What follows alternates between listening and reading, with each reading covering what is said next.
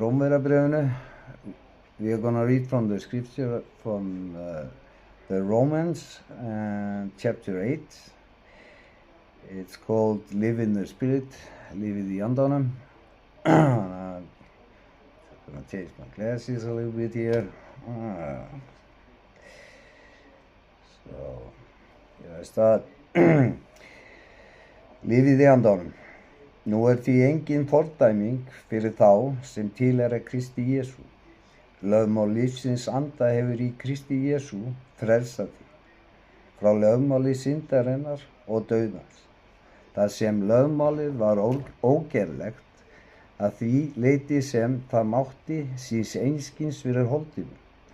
Það gjörði Guð með því að senda sinn eigin son í líkingu syndugs manns gegn syndinni. Dæmdi Guð syndina í manninu. Þannig var réttlætiskröfu lögmálsins fullnægt hjá oss sem lifum ekki eftir holdi, heldur eftir anda.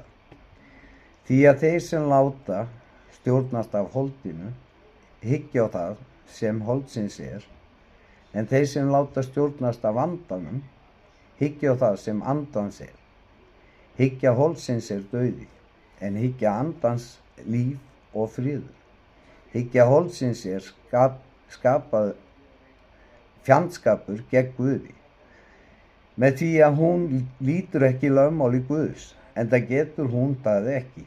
Þeir sem eru holdsins menn geta ekki þóknast Guði. En þér eruð ekki holdsins menn, heldur andans menn. Þar sem andi Guðs býr í yður, en hafi einhver ekki anda Krist, þá sá ekki hans. Ef Kristur í yður, þá líkaminn að sönnu dauður vegna syndarinnar, en andi veiti líf vegna réttlætisins. Ef andi hans sem vakti Jesú frá dauðum býr í yður, þá mun hann sem vakti Krist frá dauðum einnig gjöra dauðlega líkama yðar lifandi með anda sínum sem í yður býr. Þannig erum við bræður í skuld ekki við holdið að lifa að hætti holdsins, því að ef við lifið að hætti holdsins munu þér deyja, en ef þér deyðið með andanum gjörðir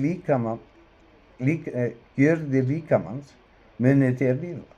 Því að allir þeir sem leiðast af anda Guðs, þeir eru Guðs börn, en þér hafið ekki fengið anda sem gjörir yður að þrælum, að lifa aftur í hræðslu.